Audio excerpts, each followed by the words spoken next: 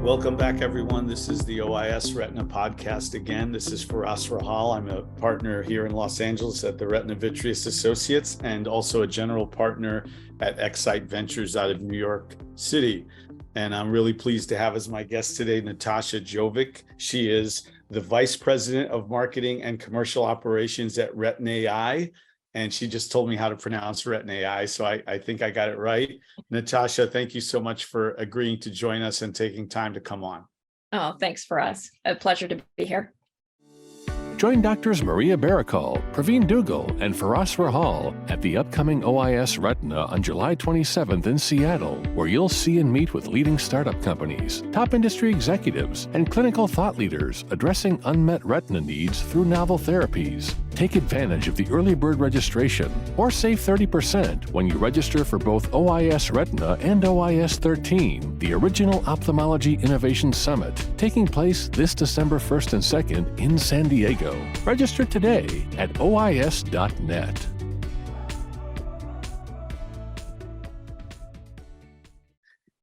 I always start with my guest's personal background because I find that to be among the most interesting sometimes, just to hear how people got to where they are and what it is they did that led to that. So I saw in your background in education, I don't know if you're from British Columbia, maybe you'll tell us, but you went to Simon Fraser University and got a bachelor's and an MBA. Why don't we start with your educational background and then maybe tell us, while you were there studying, is this what you ended up, did you think this is where you would be going in your career, healthcare, life sciences, et cetera? Right. Yeah, no, actually not born in Canada. I was born in Belgium, but my parents immigrated to Canada. I think it was like the mid 70s. So I was just a couple years old at the time, and certainly more raised in Vancouver, the west coast of Canada. And so I went to the University of British Columbia doing a bachelor's in science. I've always had an interest in the scientific field. I think initially I wanted to pursue veterinary medicine and moved there. And instead, actually, I ended up shortly after getting my bachelor's in science, I ended up at QLT, as you know, was the manufacturer of Visudyne, the first treatment for age-related macular degeneration, the wet form. And then during the course of my career at QLT, when I was a product manager, that's when I pursued my master's in business administration through Simon Fraser University. So I was really lucky to have a few good mentors on the commercial side in marketing at QLT. And I think that propelled me to sort of marry the scientific base with the business knowledge as well. So that's how I ended up pursuing an MBA. And I think QLT was a really cool company to initially work with because we were Canadian, but we did have this major agreement with Novartis to co-promote, or actually Novartis ended up promoting Visudyne. We manufactured it, but it gave me exposure to ophthalmology, to retina specifically, and more of a global outlook too, because it was the first therapy for wet AMD.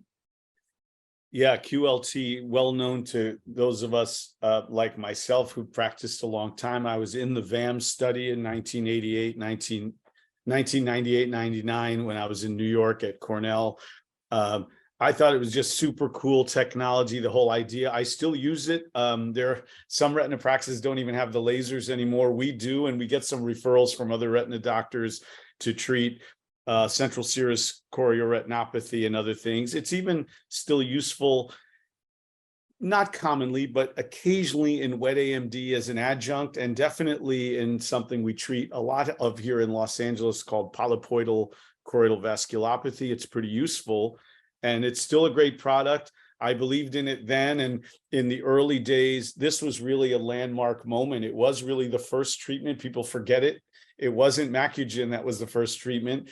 And Dave Boyer, my partner here, and I used to do a lot of PDT plus intravitreal Kenalog as an excellent treatment for wet AMD. You obviously during that time got to know the retina space, a fairly unique and small space in medicine. Is that how you ended up deciding this is a good area for you? Was it happenstance, or did you like the space then and that motivated you to want to be in the retina space again later? Yeah, I definitely enjoyed the retina space. I think I found it very interesting in terms of the innovations that were coming to the market at the time, certainly with PDT, the imaging innovation, and then also with the intravitreal injections that came late 2005, 2006. So I always found it to be a relatively small community, but a lot of changes going on in that space. So it attracted me right from the beginning. I did have, during the course of my time at QLT, because we weren't a commercial company per se, we did have this agreement with Novartis where they were marketing Visudyne. I was working on a lot of things in development that included other ophthalmology opportunities, as well as developments we were doing along photodynamic therapy in urology, dermatology, and the oncology space. So it was actually nice to have a little bit of exposure to those other areas too, but I just always had a desire and attraction to go back to retina. Yeah, I've had this conversation with colleagues, with other members on the industry side. Even though it's a very small specialty in terms of numbers of doctors, it's kind of boutique. It's always been a pretty entrepreneurial space and very innovative, and retina doctors almost universally adopt a new innovation and new technology quickly, many times off-label, non-FDA approved. Avastin story is unbelievable. Within months, it was being injected millionfold all over the world. It's a really great story, and there's others similar, maybe not quite as with the same magnitude. So that brings us kind of to the current. You're in a brand new space of technology under the rubric of AI. I'm going to ask you to help us with this in a minute. It's definitely talked about a lot in the retina space. It's talked about all over life sciences and non-life sciences, manufacturing, et cetera. Can you start by talking to a simple person like me and telling me, how do you define AI and or machine learning within AI? Is it a component? Are these separate things? I'm not a technology wizard. It'll help me to understand where you guys sit on this. Right. Yeah, I'm not a technology wizard either, but the way I look at it is, and I think the way it's been sort of broadly defined is AI is the broad area of science, sort of disciplines of computer science that looks at developing machines or models to do human functions. So whether that's data analysis, decision making, et cetera. So that's kind of AI is the broad field. Machine learning is a subset of artificial intelligence that looks at basically the machine or the model ingesting large amounts of data to improve the accuracy by which the analysis is made or by which decisions are made. And then even beyond that, there's deep learning, which is a subset of machine learning that looks at AI having artificial neural networks. So much like our neural network to make decisions, the model or the machine actually has artificial neural networks to come to a conclusion without human intervention. So AI in general, there's human oversight, machine learning in general, there's human oversight, and then deep learning strives to kind of take the human component out of that. But that's the way I broadly understood those categories. That's very good. Actually, that was really helpful. And I'm glad you brought in deep learning because I wouldn't have known how to define that. That's very useful. And it brings to mind, I was going to ask you about this anyway. I'm glad you brought it up.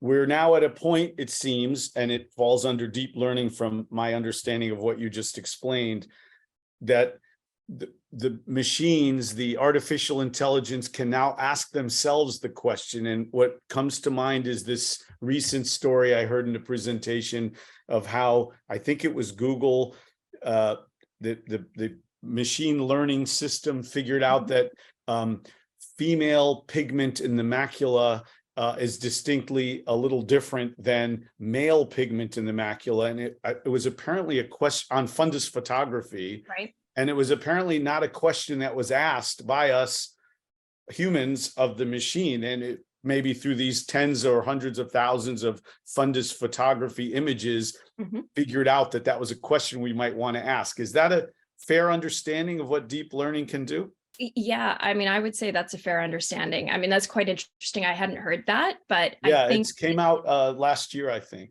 That's very interesting. I think the ability to anticipate the key questions and then, of course, arrive to a conclusion, arrive to a decision.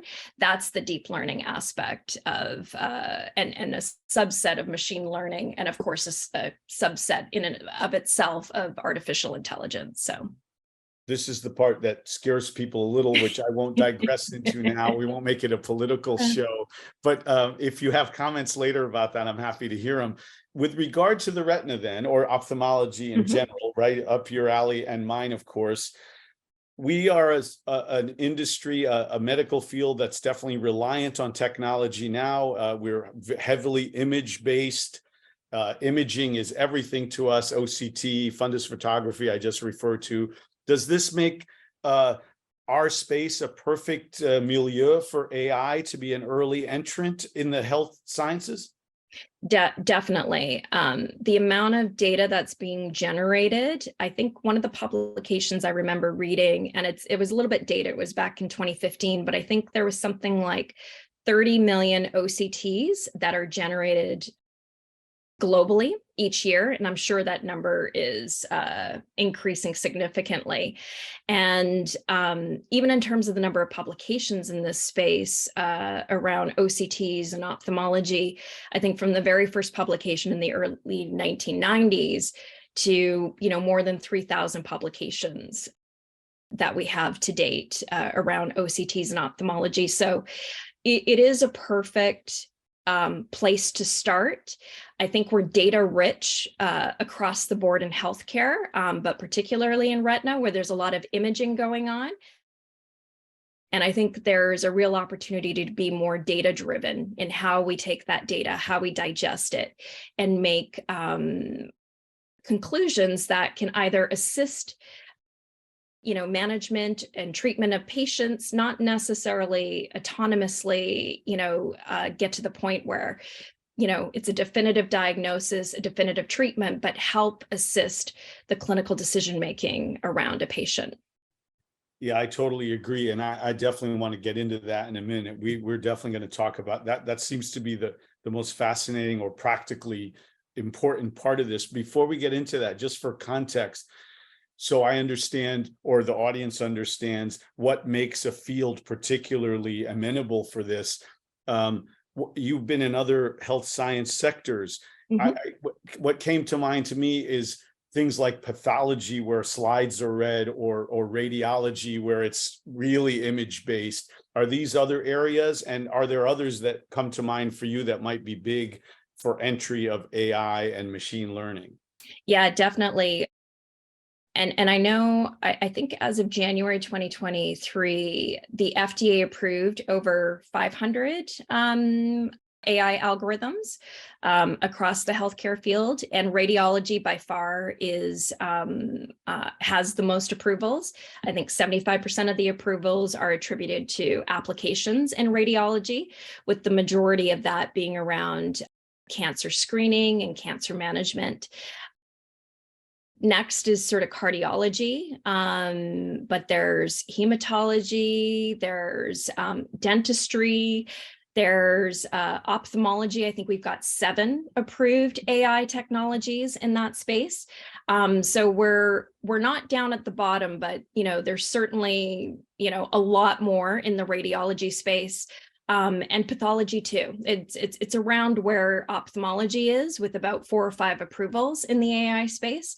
But yeah, it seems to be touching every aspect of healthcare across these different, disease areas and therapeutic focus.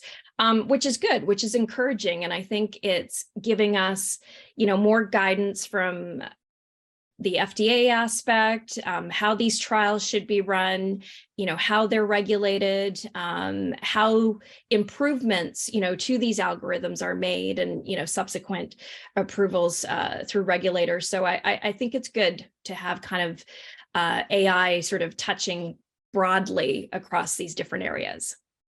I think that's amazing. I didn't know there are that many hundreds of approvals. As an aside to that it's a whole nother discussion and show, so I won't waste all your time on it, but I'm intrigued by the approval process here. Is the regulatory pathway for an AI software program or device the same as a routine 510K like device approval, or are there specific differences there? Yeah, it really depends. If there's a predicate on the market, and for instance, this could be measuring retinal layer thickness. So there's predicates on the market for that. That would be like a 510K path for your software to be approved as a medical device. In the case of fluid quantification, that would be different. That would be a de novo application that you would make. So, and then the bar obviously increases as you look at clinical decision support tools. And I think one of the, interesting things from my perspective is to see how the regulators, how the FDA in particular, will look at, what's been used to validate the model, or what's been used to develop the model, I should say, train the model, and then ultimately what's used to validate the model. And I think it's going to be a mixture of both taking really good data sets from real world data, across a number of different patient cohorts, but ultimately, the approval will lie with a prospective study to obviously prove outcomes, and whether that is related to endpoints for treatment improvement, or endpoint that the quantification, has the same level of accuracy as a human grade or human oversight to look at that. So I think that's where I wouldn't say the challenge lies, but just how these software as a medical devices will be treated in terms of how they're studied in the context of development, training, and then of course model validation for clinical use.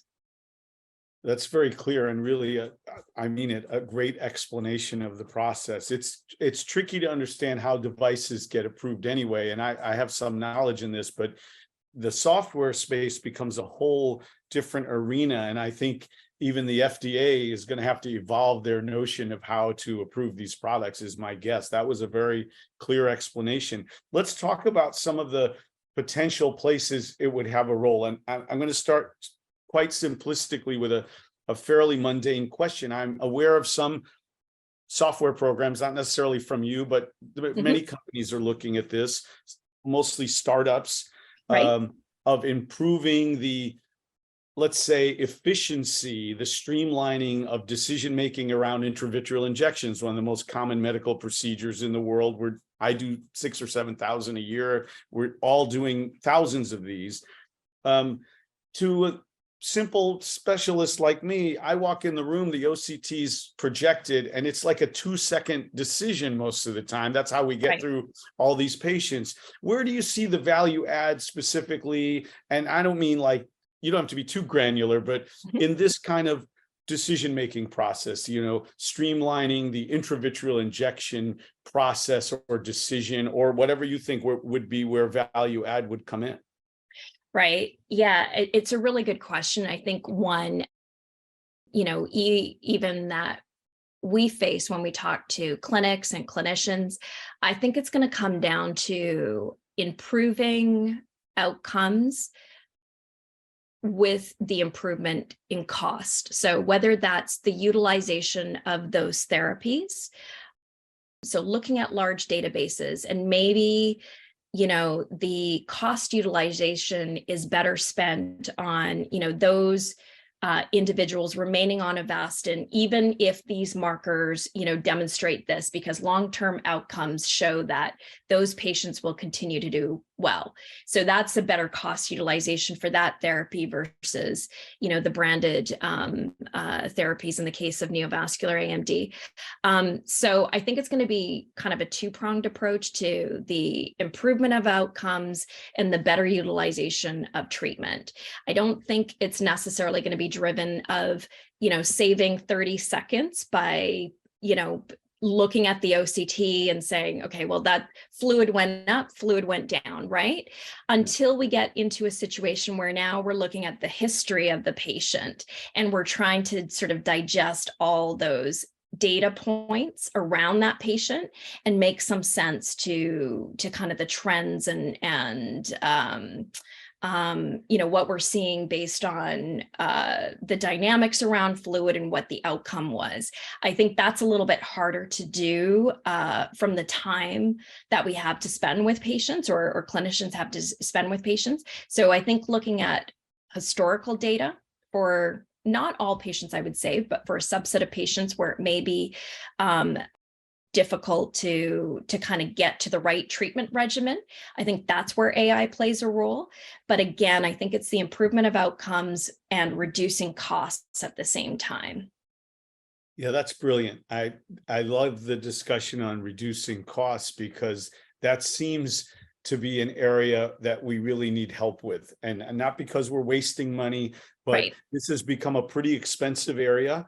And I think there's no way for any one or small group of clinicians to have enough raw data in their mind to be able to do a real cost analysis. This seems a great place for AI. And I think some people will be disappointed with the answers, which I think will help society overall, exactly in the example you gave. And there are a million other examples.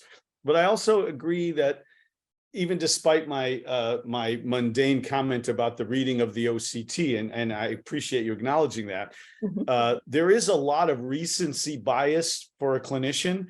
And, oh yeah, the last few months, this is what's been happening. But if you really look at the 10-year history of the patient and can process that across aggregates of patients, it would improve decision-making, no doubt. It would streamline it, yes, but it would actually improve it. You would know better when to treat the patient and when you could be, say, more fluid tolerant. There are patients who do very well for long periods of time with small amounts of fluid who may not need treatment. We all know this clinically, but we're all sort of petrified by the absence of proof to do various things. This would give us proof and might save money and time for patients as well. Yeah, no, I agree. I think it's a great point. And I think this is the move or where clinical studies are going to, is the criteria for enrollment are becoming more and more narrow in terms of the certain thresholds around fluid, thresholds around thickness, other biomarkers that may kind of accompany, the disease itself. So I think as we sort of move more and more upstream to, what the phenotype, I guess, of that disease is and enrolling that right patient into those clinical trials, I think that's what's fueling this move to look at that data in a more detailed way, a more enhanced way, and getting down to a much more narrow criteria for enrolling patients. So that's a great segue. I wanted to ask you about, you're on it, man. I wanted to ask you about drug development and the application of these technologies. It seems to me that's the more current world we're in right now. I'm aware of a program at Dompe. They're my friends. They've also been on this program. Gianluca Rossetti's a good friend of mine. They have a program in early drug development, product development, that they're applying AI. I'm sure there are other big pharmas who are applying this, maybe all of them. Tell me a little bit about that currently. Is this the new way we're going to discover drugs? Is this the only way now? Can we ever go back to not having AI as a part of drug or product development? I think we need it. I think the kind of current timelines around drug development and the amount of cost associated with it are just unsustainable. And I think there's a few figures out there. There was something a few years ago, like 2.1 billion or something like that, to bring a drug to market across, 15 years. And of course, accounting for all the failures associated with it. So there has to be this more targeted approach implemented within the research and development pathway. And I think, how do you do that without instilling human fatigue, and how to do that in a way that's efficient, cost efficient, accelerated? I think AI is part of that. AI is part of increasing the data analysis workflow, making that much more efficient. So people could really look at, what are the biomarkers of progression for a particular disease? How do we have to look at these patient cohorts when we design clinical studies? So I don't think it's going to significantly reduce, it's not going to cut in half that timeline, but I think it will still have a significant impact to reducing timelines and certainly reducing the risk on investment for starting those programs. Huge. I totally agree. What we have now is truly non-sustainable. I make investments in drug development programs, and the risk is immense, as you just correctly alluded, and I quiver every time, but that is the world we're in, and the risk will never go away, of course, but Right. This de-risks. I mean, there's almost no chance it doesn't de-risk it some, and for sure shortening timelines is, in a manner of speaking, one, saving money, but also de-risking. So I couldn't agree more. I'd like to give you an opportunity to talk about a couple of specific things I read about in your programs. One is called the Unity platform, and one is called RetinAI Discovery Core. Could you speak to those a little bit about what you guys are doing in those programs? Yeah, absolutely. So just a little bit of background on RetinAI. We're a global digital company. So we look at taking kind of the power behind digital data and improving workflows, data analysis workflows, whether it's related to research and development for pharma companies, related to improving clinical study workflows, even right down to developing precision medicine tools or clinical decision support tools for pharma companies, ultimately to be used in a clinical setting. So Discovery Unity is actually, it's a data management platform and analysis platform, pretty powerful type of platform, and it's specific to pharma and biotech companies to take data from their clinical studies, upload all of that data into the platform. And this is at scale. So we're talking about hundreds of thousands, right down to some of the projects we've been involved in, millions of data sets, where it's processing that data at scale, looking at biomarkers, looking at endpoints, looking at the whole progression of patient longitudinal data, whether it's related to disease progression or treatment outcomes. So it does this at sort of an unprecedented scale, something that would take years for humans to be involved to do, and to do that relatively quickly. We actually had a chance to do a project with Janssen's R&D group, and we published the poster at ARVO.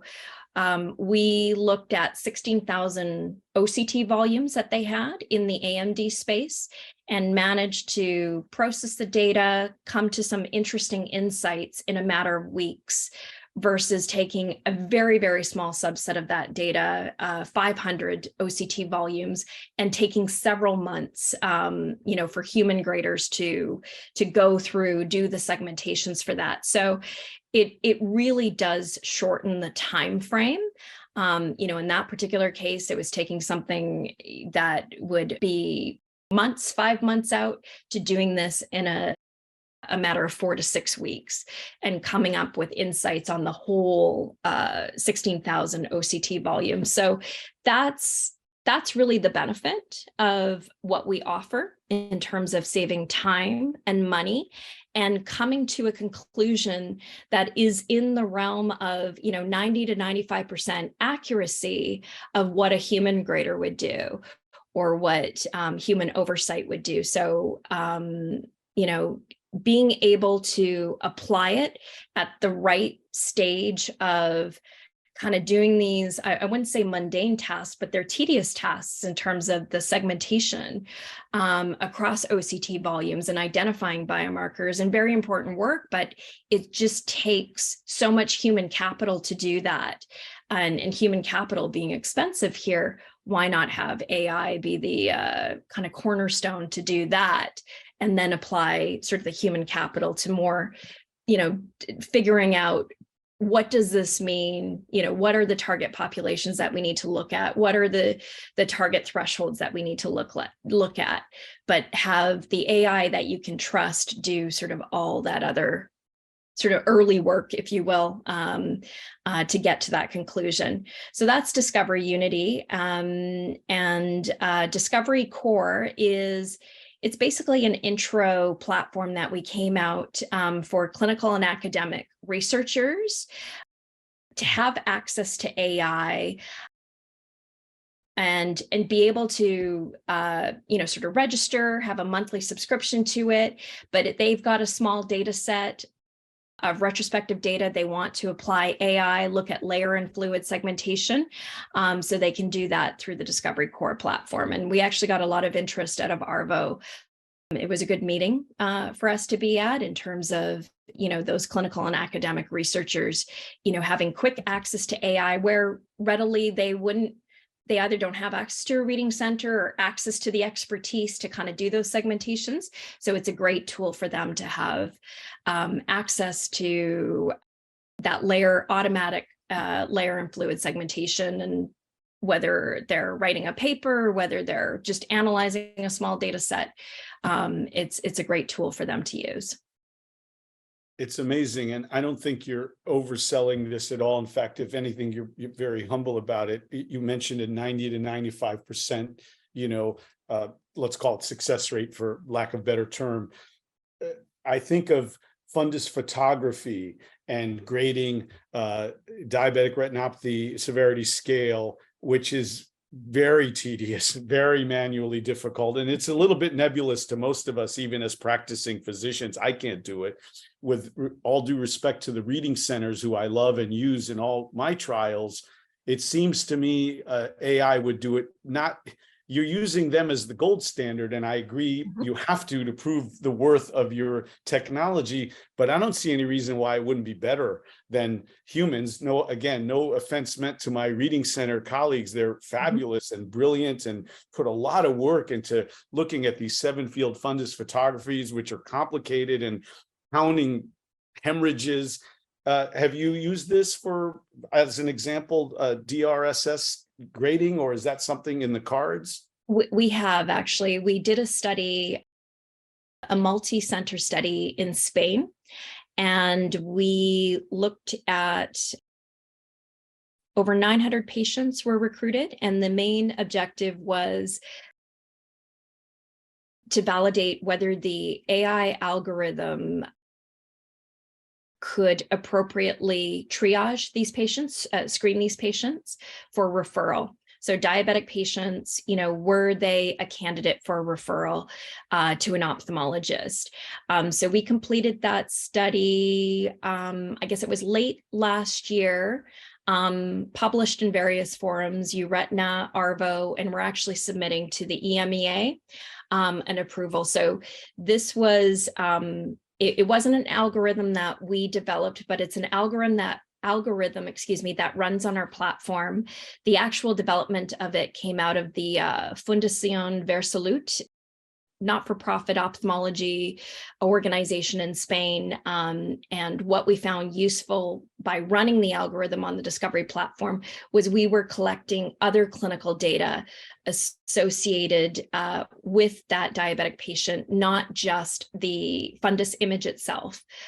So this is in the cards for submitting to EMEA, as I mentioned. Hopefully by the end of the year, we'll hear back and then we'll move forward to market that. I think in things like fundus reading, I'm sure OCT also, or other types of technology, it seems to me it'll be better. And you do have to use the doctors as the gold standard for now. But I think as a doctor myself who reads these images, I'm pretty sure artificial intelligence will be better than us at this particular task. Yeah, and even if it isn't better, and I completely agree with your point. I mean, reading centers are still a staple in clinical studies. It's a validated endpoint, for the FDA. You need a reading center in phase 3. But I think in terms of incorporating AI into the reading center model, if the AI can provide kind of that first pass of the segmentations and everything like that, and for the grader to look at those and scrutinize them and say, okay, this is correct, or this needs some adjustment, based on the data that they're looking at. I think that puts the human grader in a much more efficient position to scrutinize that, rather than having to, sort of segment the majority of it. So if the AI can kind of bring that, 90 to 95% of the way, and then, the human expert to look at it and basically have a final sign off on it, I think that's the model to kind of accelerate things and improve the way we do studies, the costs around studies, and certainly the timelines for approving these drugs too. Totally logical and makes all the sense in the world to me. You mentioned Janssen. I assume you mean from Johnson & Johnson. Yes. If you are able to say so, any other industry or strategic partners that you're having a dialogue with or working with on some of these projects currently? Yeah, absolutely. So Novartis, we're involved in a phase 4 clinical study with Novartis. Novartis is a sponsor, but our platform and our AI technology for layer and fluid segmentation is being used in the context of that study. So Razorbill is a open label phase 4 study in neovascular AMD across 4 countries in Europe, and Canada is the other country.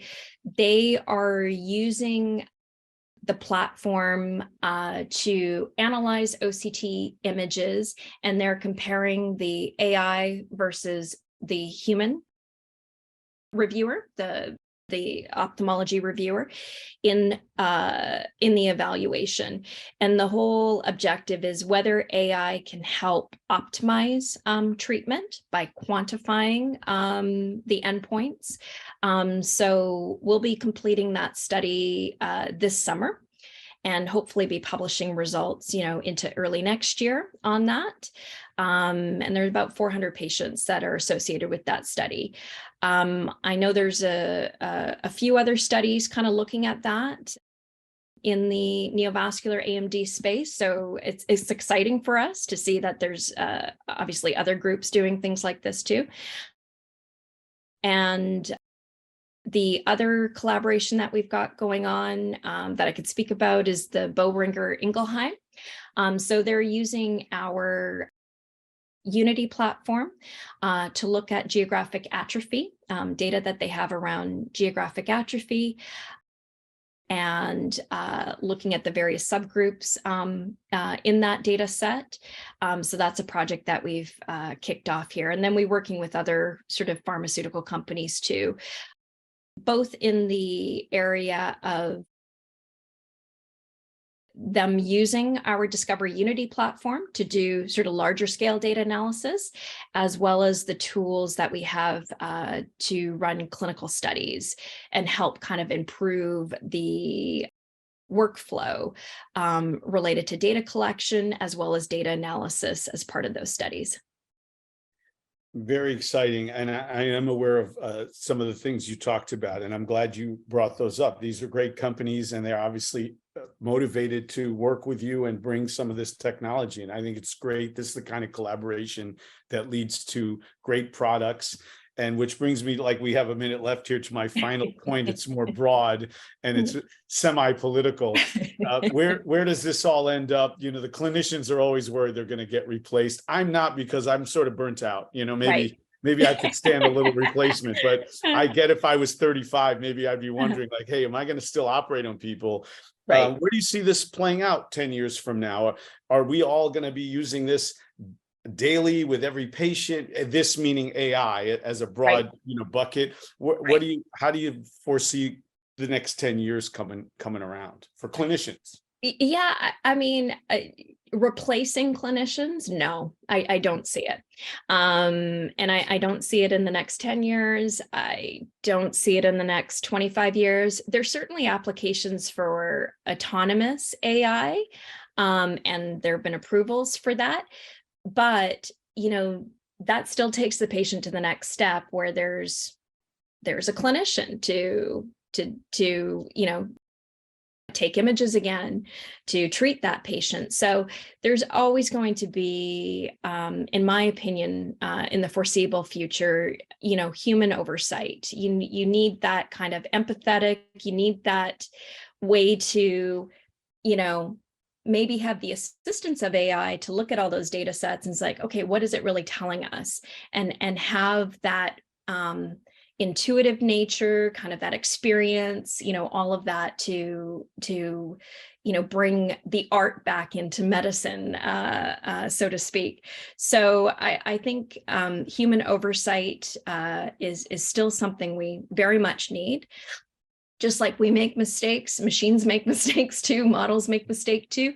So I think it's something that we need, but can it help us improve the speed by which we get to decisions and improve the quality of the decisions that we make? Yes, I think that's the area of AI, and that will continue to grow around the healthcare space. And I think that's the part that's really exciting about it is, how to kind of take all these elements that take so much of our time to really kind of have the critical thinking, at the end of the day, have all these things and that have made a conclusion for us, and have the critical thinking to say, okay, this is the right thing to do, or no, I'm going to do this, and this is my rationale for it. So this is where I think AI can help as part of the decision-making process. So I totally agree. It'll absolutely make us better as clinicians, diagnosticians, as robotics comes along, which I'm also interested in. It'll make us better surgeons. I completely agree. And I think most of us do recognize that, even if a little part of us is fearful and nervous about it. I completely agree. Wow, this was so informative, really, honestly, for me personally. I'm sure for everyone who listens to the program. Nataša Jovic from RetinAI, thank you so much for coming on and really explaining this stuff amazingly. I really appreciate it. Oh, thanks, Firas. I really appreciate it. Thanks for having me on. Thank you.